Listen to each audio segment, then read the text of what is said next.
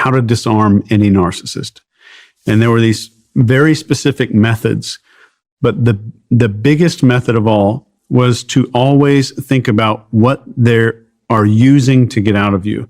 So if I'm in an argument, is someone using fear, obligation, or guilt? And that acronym spells FOG.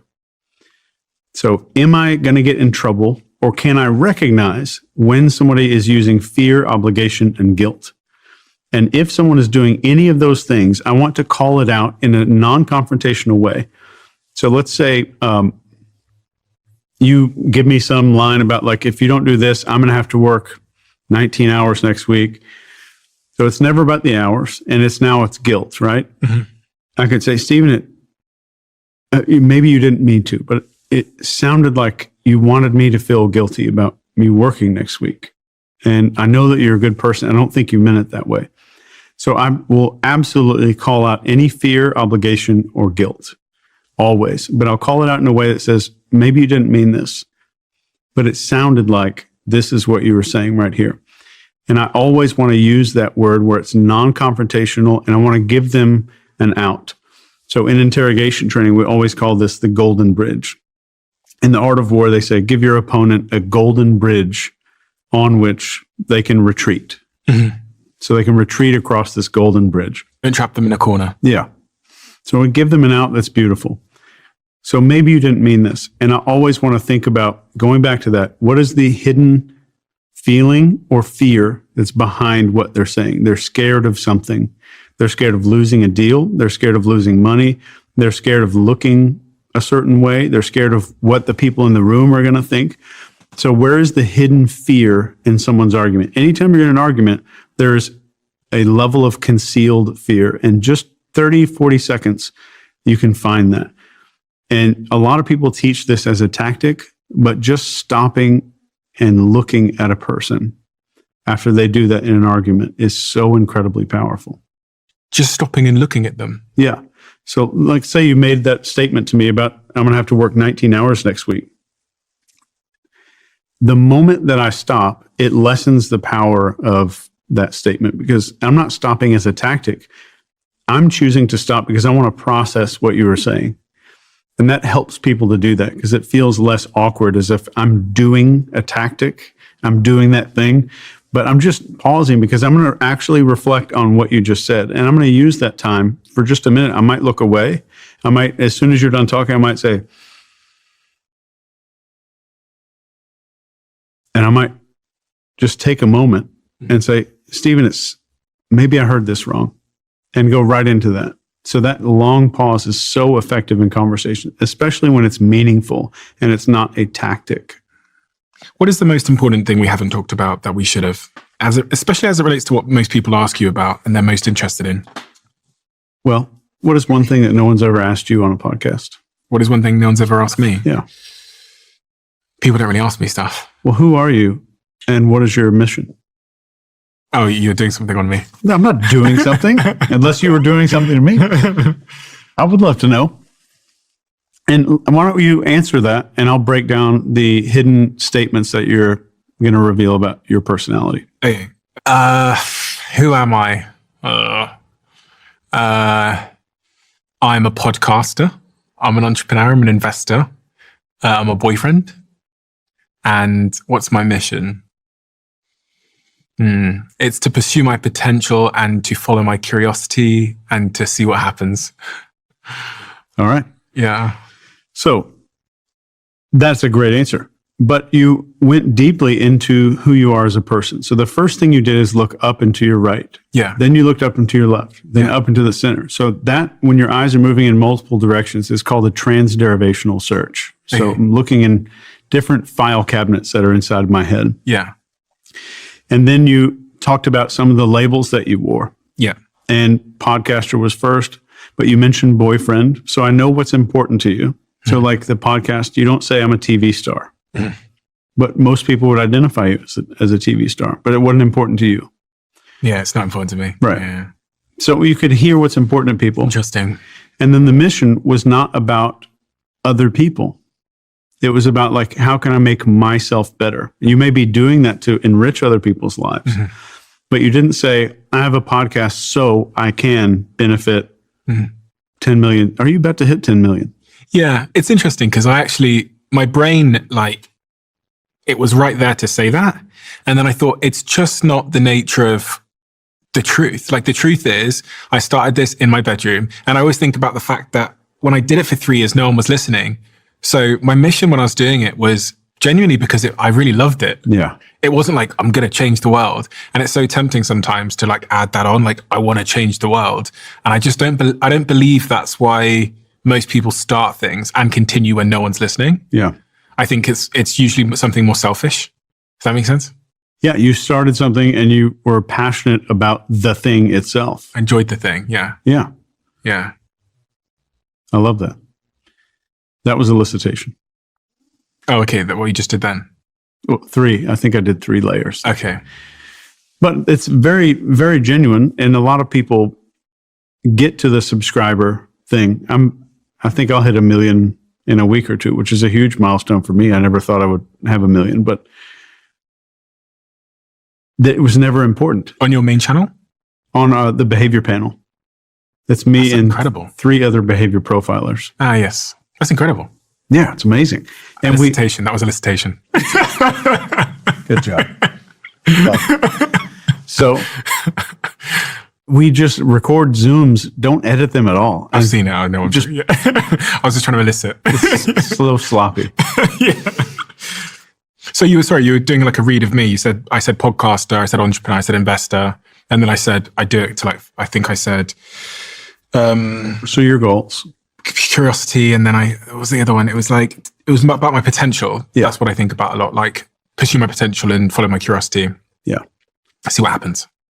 So potential, curiosity, what would I see there? So I'm a podcaster. I did this for passion. I want to fulfill my potential.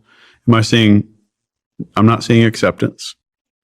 I'm not seeing that you need approval from me to do anything. So it's about your personal level of significance. Like, do I make a difference? But not to other people.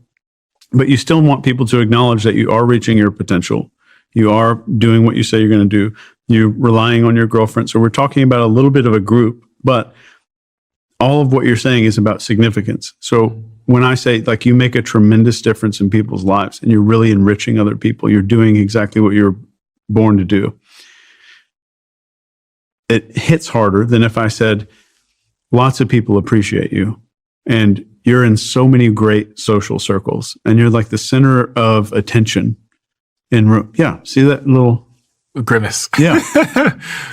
But other people who are like the more approval group focused people, when I say, like, I can tell like you're the center of all your groups of friends and everybody comes to you for advice. You seem like one of those people, which is an elicitation statement by itself as well. So you can tell that if I used anything that didn't fit your psychology, it feels weird. Yeah. And if a salesperson's doing that, they do it by accident. And they say, oh, this is a numbers game. Because I use this script that I have. I kind of follow this script pretty loosely and I close a 41% or whatever it is. In reality, if you changed how you communicate based on the sub parts of that person's psychology, which are on public display.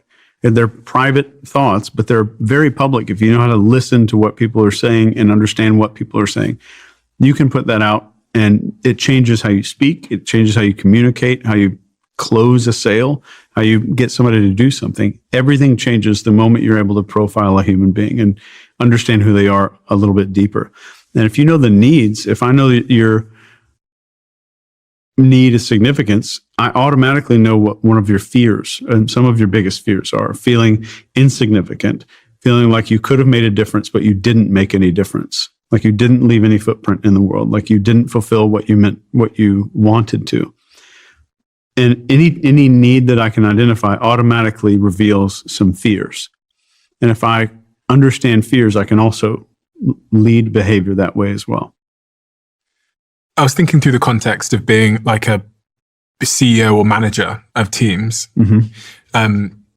This is why it's so important to know the different types of people you have in your teams. And also, I used to work on phones doing telesales. And you did? Yes, for many years. When I was 16, I worked at Everest in Plymouth, which was windows and doors and conservatories and artificial grass.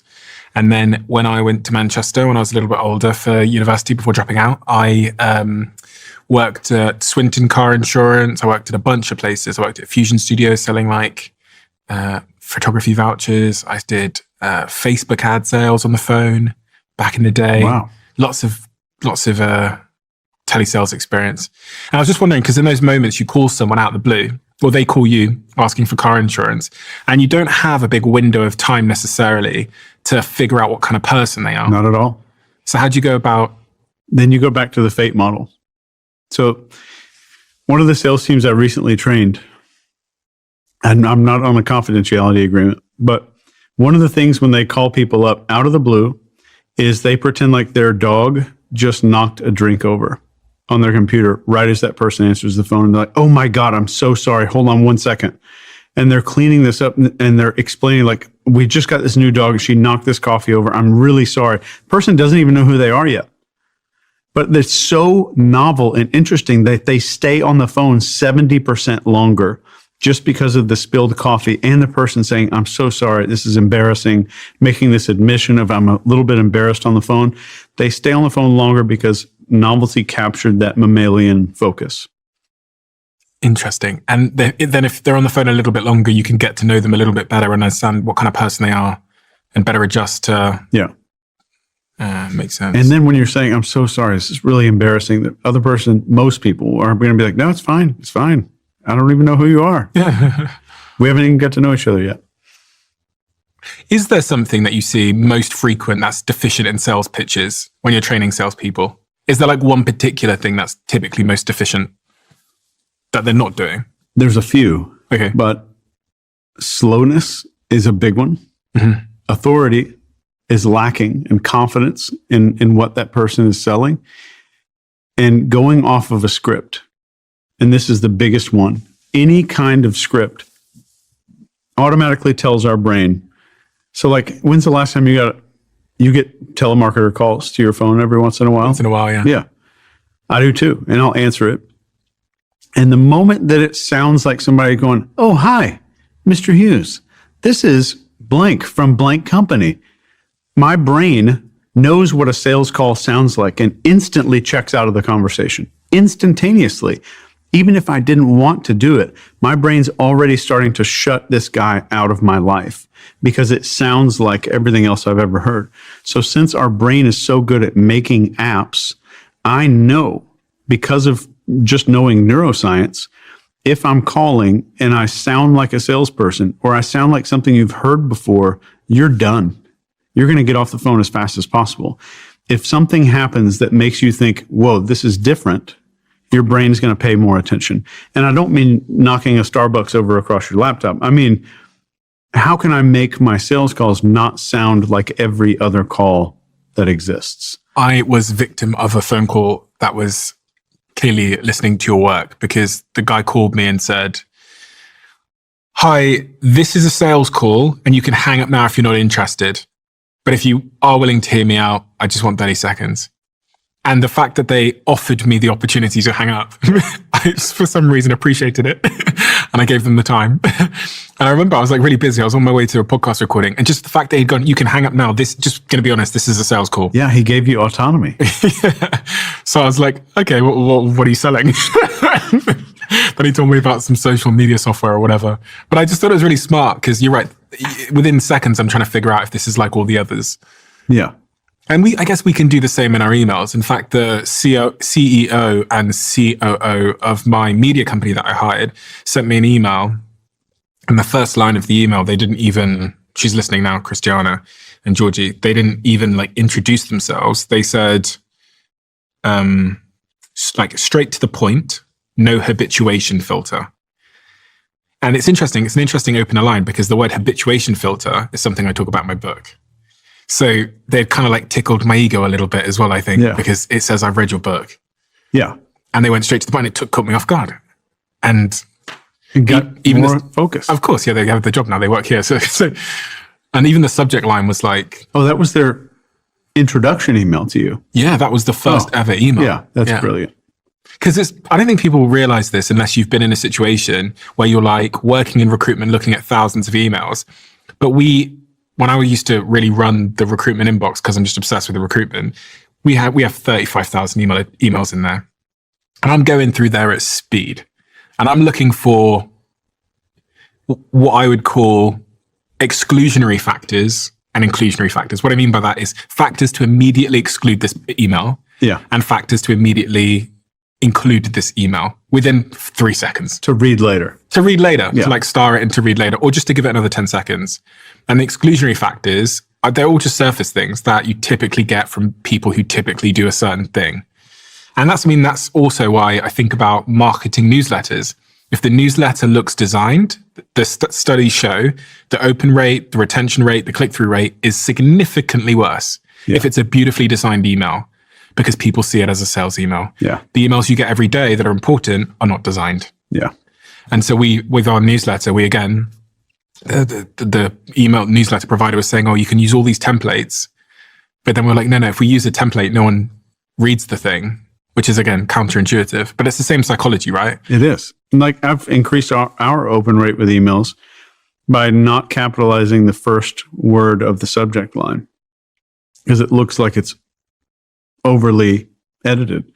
And we've switched from, here's a list of 13 ways that we might have failed in 2013 with this ad campaign or whatever, or this marketing campaign. And I just changed the subject line to "this sucked." And it did so much better, because it looks like something a friend would send you. It looks like something you'd get from a relative or something. Mm-hmm.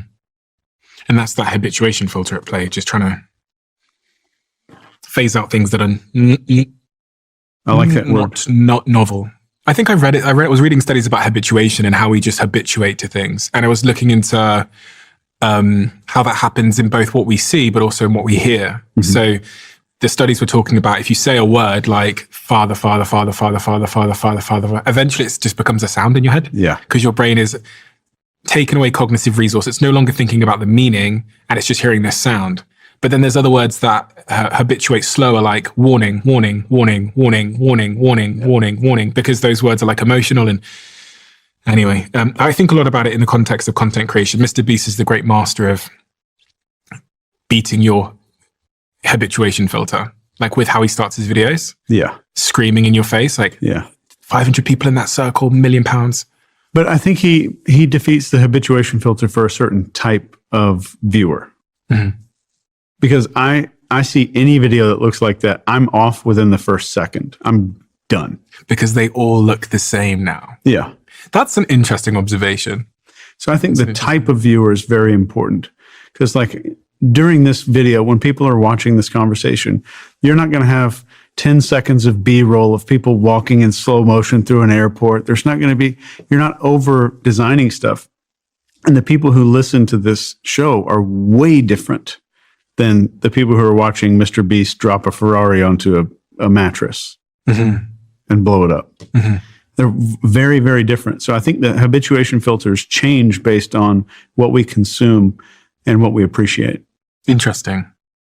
Because we're all doing sort of quick prejudices about everything. So shortcuts, yeah. I'm going to develop as many shortcuts as I can to save cognitive load, brain power.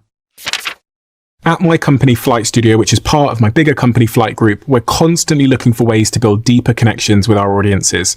Whether that's a new show, a product, or a project, it's why I launched the Conversation Cards. I've relied on Shopify before, who's a sponsor of today's podcast, and I'll be using them again for the next big launch, which we'll hear about soon. And I use them because of how easy it is to set up an online store that reaches all of you, no matter where you are in the world. With Shopify, the usual pain points of launching products online disappear completely.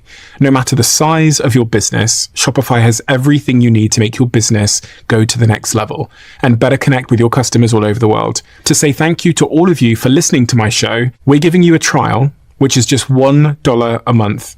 You can sign up by going to shopify.com/Bartlett. That's shopify.com/Bartlett, or find the link in the description below. What is the most popular thing people come to you and talk to you about and ask you that we haven't talked about today? I think one of the most common in there is, how can I change my discipline? That's the number one thing that I get from people. How do I level up discipline on this authority checklist? And getting to a point where they're modifying their discipline changes their confidence. Because I always talk about discipline as kind of the gateway drug to everything else in authority. And it's the gateway to composure, for sure. But getting your discipline modified is one of the fastest ways to make everything else change. And how do I fix my discipline if I'm an ill-disciplined person? Understanding what discipline is the most critical element. And I define this differently than most people. So I define discipline as your ability to prioritize the needs of your future self ahead of your own present self. And that's it. That's all that discipline is. I'm prioritizing the needs of future me. You're trying to think of I was thinking of two scenarios. The scenario one is I go home tonight, right? Because I go to sleep, I get to bed early. And there's this other thing I'm thinking about doing after this, which is going to the gym. Yeah. And I'm like, I was just, as you're saying that, I was thinking both help future me. Yeah. But I was like, which one is discipline? I think they would both be discipline. Okay. So the moment that we start understanding that, if I could just make decisions that are prioritizing future me, then we go back to, where am I getting my dopamine from? And I want past tense me to be a source of dopamine for present tense me. Because most of us look back with regret. I shouldn't have drank that much. I shouldn't have mouthed off at the family reunion, whatever it is. I shouldn't have overslept. If I can start looking backwards with gratitude, that's the fastest way to make discipline dopamine generating. So the tricks are to start small. So like when I go to bed at night, I will pop open the little Keurig coffee thing and stick the thing in there, put a cup under there. Everything's like ready to go. So when I wake up in the morning, I just go bam, and everything's ready. I'll get my clothes out, everything kind of lined up, ready to put on for the next day. So I'm lowering the threshold of how much attention I'm spending. So I'm going to set my life up in every single way that I possibly can, as if I were a butler for future me. So when I wake up in the morning, all this stuff set out, my laundry's laid out, my checklist for what I need to do for the day, all the stuff I'm got to get on a plane is all laid out by the back door. I can grab it and jump in the car. Everything that I could possibly do to make my future self go, oh man, that's awesome, and look backwards with gratitude, I'm going to do it. I'll take $100 bill or maybe a few $100 bills every spring or summer, and I'll stick them in a jacket pocket that I'm not going to use until the winter, and I'll forget about it. And in the winter, I'm looking, and now I become a source of dopamine. Past tense me is becoming a source of dopamine for present tense me. That forces me to look in the future, along with like printing that old me photo and putting it all over the house. But everything that I can possibly do to make myself look backwards with gratitude is what I'm going to start doing. But you have to start small. It's like just going overboard is going to be crazy. And even writing a little Post-it note to yourself and sticking it in a jacket or maybe a dress shoe that you're not going to wear for a few months, it means so much to find that. And it's from you. It's not from a loved one. You did it. So you're looking backwards with like, wow, that's amazing. So you're now getting in love and sending gratitude backwards, which automatically means that what's going forwards is concern and care. The moment I'm always looking back with gratitude, the concern is always going forward in the future. And the concern for present goes away. And I'm going to push that concern to the right and out in the future. People struggle even with the small things, right? Like because it's funny because I watched a video last night about a lady that went to YouTube and started her like journey of weight loss and whatever. And she was very, I think she was 400 pounds or something. And she was trying to get down. And in the video, you watch, some people will know who I'm referring to. Over the space of a year or 2 years, she actually just gains weight. So she gets to, I think, 500 pounds or something. And as I was watching it, you're watching someone who's saying, I want to change my life. but then is coming on every day and saying, I've just gained 3 pounds, I've just gained another 3 pounds. And there's almost this like visible dissonance that you're observing between this person saying they want to change their life, but clearly the actions that they're then taking are different to that. And many people can relate to that feeling of, I want to be this person. I mean, we're coming up to for anyone that doesn't know, we're recording this in December. So New Year's resolutions are around the corner. Everyone's going to say to themselves who they want to become, but it's easier said than done. I think 8%, 9% of New Year's resolutions will stick. Yeah. So is it just a case of starting small, or is there any other tricks to discipline that you can offer? It's starting small and realizing that all of our lives are about habits, not goals, but what are the habits that make my goal a byproduct? Everything is about byproducts in your whole life, whether you know it or not. So instead of setting goals, set the byproduct. What are the byproducts I want to have for this year? And then what are the habits that make that up? So what the big mistake most people make is they see somebody like you. You go to the gym very often. You probably eat really clean. I know you don't drink alcohol because I brought you a flask and gave it to your team. Oh. But Bastards. They took it. They did. Oh. So somebody who doesn't live a very disciplined life would look at you and say, God, I want to be like Stephen. He's got all this discipline. He's going to the gym. But they don't understand that you going to the gym isn't discipline. It's a habit. Mm. So you're not forcing yourself to go do something. You're doing something that's a habit for you. The discipline only is necessary. You only need a teaspoon of it at the very beginning to get this habit started. So start micro habits first and then bigger habits. So the discipline is not something that you should be seeing if you're seeing someone eat healthy and go to the gym, do all the stuff you want to do. Those are habits. And that person, you're not seeing a discipline at work right there. You're seeing a habit. The